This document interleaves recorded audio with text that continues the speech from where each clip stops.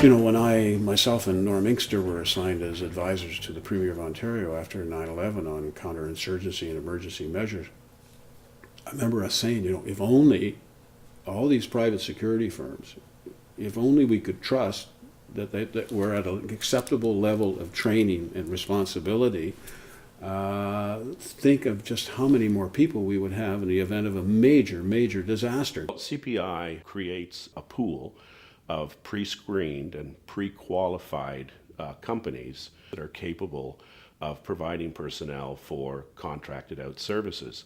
We also, working with police institutions like the Police Sector Council, the Police Knowledge Network, we create sets of skills, competencies, job descriptions that are acceptable on a national level to police personnel. And we hold these out for the private vendors to attain, and we offer the courses through the Police Knowledge Network and elsewhere that they can put their personnel through to meet the criteria. So in this way, we have private vendors who compete for contracts with us, and we provide and audit and enforce compliance to the standards that the particular police organization that we're working with requires. So this is way beyond a police procurement department setting some criteria and then retaining a private vendor directly and hoping for the best. When I talk about benchmarks, it can't be just we provide security at the front door of a building 24/7. That to me is not what CPI is going to represent. And in fact, I wouldn't be a part of CPI if it was. I think you as a police chief have to understand that we're going to help you develop a solution that is going to reduce your front police costs while maintaining at least the level of service you have today and possibly improving upon it. I think as well, it will show that you as a police chief are accountable, and we want to be accountable to you as CPI board of directors as well. The uniform for the Civic Protection Institute, the CPI, is the same nationally. So it's a little bit like going to Canadian airport and your screening is done by CATSA personnel. A lot of people think that CATSA is a company when actually inside those uniforms are employees from a whole pool of pre-screened and pre-qualified companies.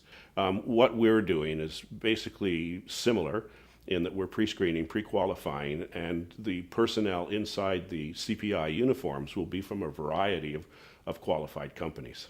We also perform the audit and compliance function for them, which is something they're not familiar with doing. We have people who have spent many years doing security services, and they know what to look for. So we'll do audits, unannounced audits. We can do forensic audits. We can look at the delivery of services. We can make sure that the employees have certain competencies intact.